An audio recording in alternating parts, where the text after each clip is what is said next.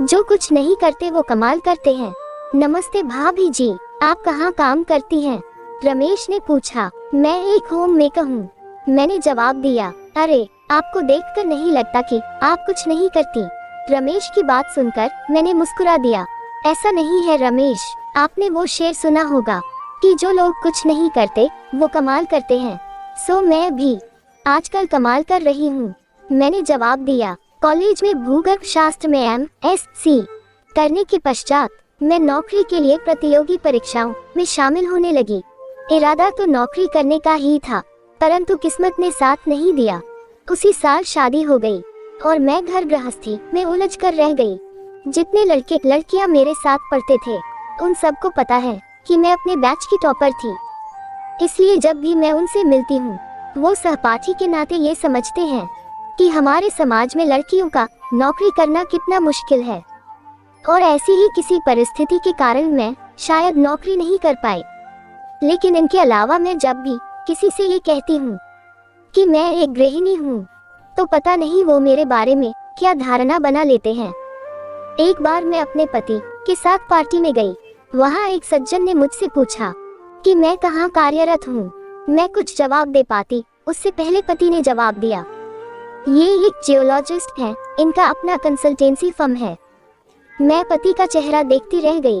अरे वाह भाभी जी, ये तो बड़ा इंटरेस्टिंग होगा, कभी आराम से बैठकर इस पर और विस्तृत जानकारी लूंगा, उन सज्जन ने कहा। मैं कुछ ना बोल पाई, बस मुस्कुरा कर रह गई। घर वापस जाते हुए मैंने पति से जानना चाहा कि उन्होंने ये क्यों नहीं बताया कि मैं एक होम मेकर हूँ। क्यों, क्या तुम जियोलॉजिस्ट नहीं हो? पति ने पूछा। हूँ, पर फिलहाल तो होम मेकर ही हूँ, मैंने कहा। पूछा, कभी कभी किसी के सामने इम्प्रेशन जमाने के लिए ऐसा कहना पड़ता है, क्योंकि बहुत लोग ये सोचते हैं कि नौकरी पेशा औरतें ही स्मार्ट होती हैं। ऐसा कहने से स्टेटस ऊपर हो जाता है, पति ने समझाया। अच्छा, अगर ऐसा है तो लोगों की सोच बदलनी होगी। मेरी बात सुनकर पति देव थोड़ा नाराज होते हुए बोले, इसमें बहस की कोई बात नहीं, सबकी अपनी अपनी सोच होती है। मैं अपनी बात नहीं कर रहा। हमारे समाज में एक गृहिणी को हमेशा नीचा दिखाया जाता है।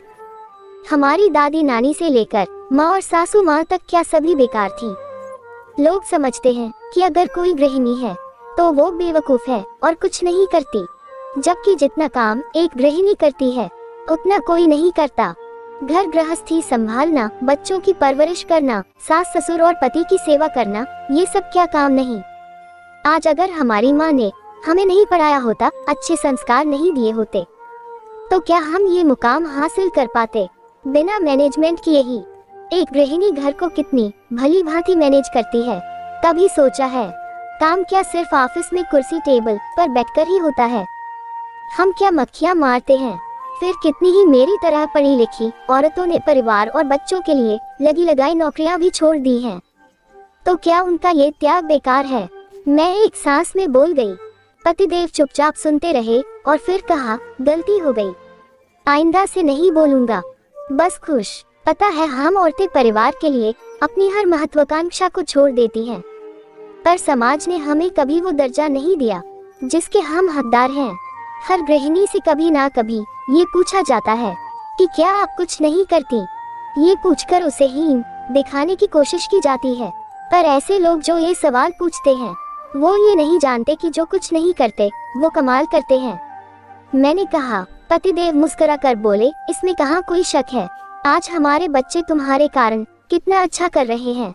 मैं निश्चिंत होकर नौकरी करता हूँ, क्योंकि घर का सारा काम तुम बखूबी संभालती हो, परिवार के सदस्यों के साथ भी मधुर संबंध बनाकर रखती हो, घर के बाहर का भी अधिकतर काम तुम ही करती हो।